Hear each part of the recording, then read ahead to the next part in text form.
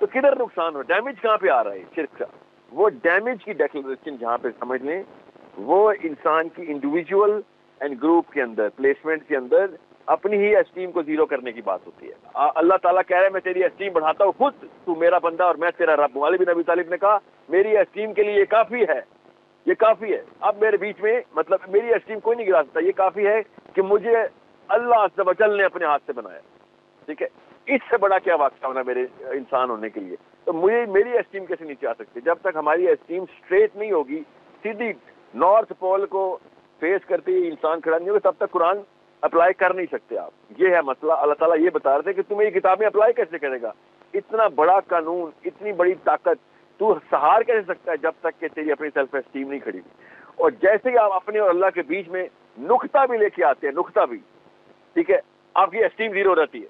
اور اس کو بچانے کے لیے اللہ تعالیٰ کہتے ہیں کہ یہ سب کچھ میں برداشت کر لوں گا، یہ نہیں برداشت کروں گا کہ تو یہاں پہ کہیں پہ ہلکا سا بال بھی لے کے آ اپنے اور رب کے بیچ میں.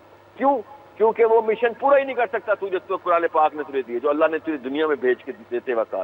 وہ مشن صرف 100% سیلف اسٹیم کا بندہ کھڑا کر سکتا ہے، جو کہ خلیفۃ الارض کا مشن ہے. یہ ہے معاملہ. اب جب آپ کو یہ فلیور پتہ چلتا ہے تب پتہ چلتا ہے کہ قرآن پاک کی کوئی بھی آیت ایاک نعبد و ایاک نستعین سے ہٹ نہیں سکتی. کچھ بھی بیچ میں آئے گا ایاک نعبد کے، وہ قرآن پاک کے فلیور کے اندر سے قرآن پاک اس کو ریجیکٹ کرتا ہوا دیکھیں گے آپ.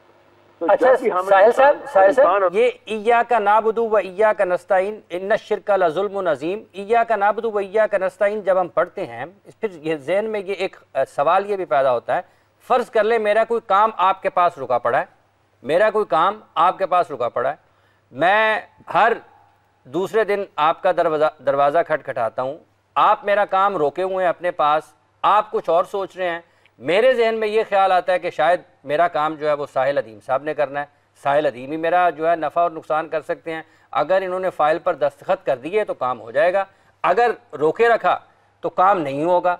تو پھر اس صورت میں انسان کس طرف جا سکتا ہے؟ ایک طرف وہ پڑھتا ہے ایاک نعبد و ایاک نستعین، دوسری طرف دروازہ کھٹکھٹا رہا ہے ساحل ادیم کا. مجھے بتائیے گا جب یہ جواب دینا ہو. جی ساحل صاحب. اچھا سر دیکھیں، یہ نا مجھے صرف پاکستان میں یہ اعتراض آیا ہے اور آپ کا اعتراض جینوئن ہے کہ سر میں ڈاکٹر کے پاس جاتا ہوں تو ڈاکٹر کو بھی تو کہتا ہوں ڈاکٹر صاحب مدد کریں، تو یہاں پہ تمہارا ایاک نعبد کہاں جاتا ہے؟ ٹھیک ہے، سمجھ رہے ہیں بات؟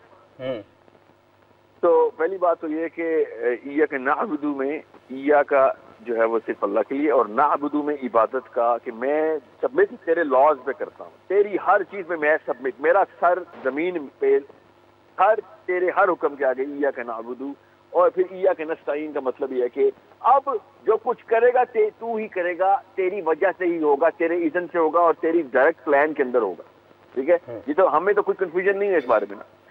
اب حافظ صاحب میں آپ کو ایک چھوٹا سا سینیریو دیتا ہوں، آپ کو پتہ چل جائے گا.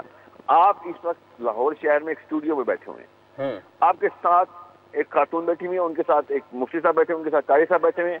یہ چاروں جتنی مرضی اپنی مرضیاں لڑا کے یہاں پہ پہنچے ہوئے ہوں، اگر لاہور شہر کے آپ کے گھروں اور آپ کے بیچ میں، آپ کے اسٹوڈیو کے بیچ میں، اور آپ جن جن جگہوں سے یہاں پہنچے ہیں، ایک بھی فیکٹر ایسا نہیں تھا جو آپ کی طاقت سے چل رہا تھا. جو لاہور کی ٹریفک تھی، لاہور کا موسم تھا، جو بھی معاملے ہوئے ہیں آپ کے ساتھ، میں ابھی فرد کے جسم کے اندر نہیں جا رہا ہوں، ٹھیک ہے، آپ کی گاڑی کو کوئی بھی بندہ آ کے گاڑی سائڈ پہ مار سکتا تھا، جو کہ آپ کی غلطی نہیں ہوتی، اسی لیے اس کو ایکسیڈنٹ بولتے ہیں. ٹھیک ہے، غور سے سمجھے کتنے کروڑ معاملات صحیح گئے ہیں تب کہیں جا کے آپ اسٹوڈیو تک پہنچے. سمجھ رہے؟ ٹھیک ہے، ان میں سے ان کروڑوں میں سے ایک معاملہ بھی آپ کے ہاتھ میں نہیں تھا. آپ کے ذہن نے خالی ایک سوچی ہوئی تھی کہ میں نے آج اسٹوڈیو جانا ہے، اس کے پیچھے جو بھی وجہ ہے آپ نے اس کے لیے جو کچھ بھی تیاری کی ہے اپنے اوپر، اس تیاری کے اور یہاں پہ پہنچنے کے بیچ میں میں آپ کو میتھمیٹکس بتا رہا ہوں، اسٹیٹسٹکس، خرب فیکٹرز ہیں، خرب معاملات ہوئے مائکرو لیول پہ، خرب. ان میں سے ایک بھی معاملہ آپ کی مرضی سے پورا نہیں ہوا. ٹھیک ہے، اب آپ کے جسم میں جو دل دھڑک رہا ہے نا، وہ بھی آپ اپنی مرضی سے نہیں دھڑکا رہے. اگر مرضی سے کریں تو روک کے دکھائیں. ٹھیک ہے، سانس لے رہے ہو اپنی مرضی سے نہیں لے رہے، مرضی سے لے رہے ہیں تو 2-3 منٹ سے اوپر سے روک کے دکھائیں. یہ سارے معاملات اللہ تعالیٰ نے اپنے ہاتھ میں رکھے ہیں. یہ سارا کا سارا جو سرکٹ ہے نا، اس کو میٹرکس بولتے ہیں. اس کے اندر اتنی بھی گنجائش نہیں اللہ تعالیٰ نے انسان کو دی ہوئی کہ انسان اس پوری میٹرکس کے اوپر خالی مطلب اس کے سوچنے کے علاوہ کچھ کر بھی سکے. یہ موسیٰ علیہ السلام اور خضر علیہ السلام کا واقعہ اس طریقے سے اللہ تعالیٰ نے قرآن پاک میں میٹرکس کے تھرو بتایا. اب میں آپ کو بتاتا ہوں کہ جب ہمیں پتا ہو کہ یہ سارے معاملات پورے ہوں گے تب کہیں جا کے جو میں نے سوچا ہے پورا کروں گا. تو آپ یہ کیسے سوچ سکتے ہیں کہ وہ ڈاکٹر جو میری مرضی سے پہنچے گا اسپتال میں جس کو میں کہوں گا کہ تم میری مدد کر, کیا وہ وزیر جس کے اندر اپروول گیا ہوا ہے فائل کا وہ اپنی مرضی سے وہاں پہ پہنچا ہوا ہے؟ کیا آپ کے اوپر وہ فائل کی ضرورت آپ کی اپنی مرضی سے آن پڑی ہے؟ کیا آپ اس جگہ پہ اپنی مرضی سے پہنچ سکیں؟ یہ سارے میٹرکس کو سمجھنے کے بعد انسان کو پتہ چلتا ہے کہ بھائی اتنا بے اوقاتہ تھا انسان اس بڑی میٹرکس میں. اللہ نے اتنے زور سے پکڑا ہوا تھا انسان کو, اتنے زور سے پکڑا ہوا تھا کہ خرب فیکٹرز لگے ہوئے تھے ایک انسان کے اوپر, تب کہیں جا کے وہ خالی اپنا ایک قدم اٹھا سکا. اور اس کے بعد بھی ہماری اتنی ضرورت ہوتی ہے کہ ہم سمجھتے ہیں کہ فلاں چیز میری مرضی سے یا ڈاکٹر صاحب نہ ہوتے تو ان کی وجہ سے ہوتا. یہ ہے اللہ تعالیٰ نے اس میٹرکس کو کھول کے قرآن پاک میں بتایا ہے کہ تم لوگوں کو اگر پتہ چل جائے کہ اللہ تعالیٰ کس طریقے سے تمہیں نظر آئے, کتنا حاوی ہے تمہارے اوپر, اور اس کے بعد بھی تم اللہ اور اپنے بیچ میں کوئی اور چیز لے کے آ جاؤ, تو پھر تو بنتا ہے نا ظلم عظیم.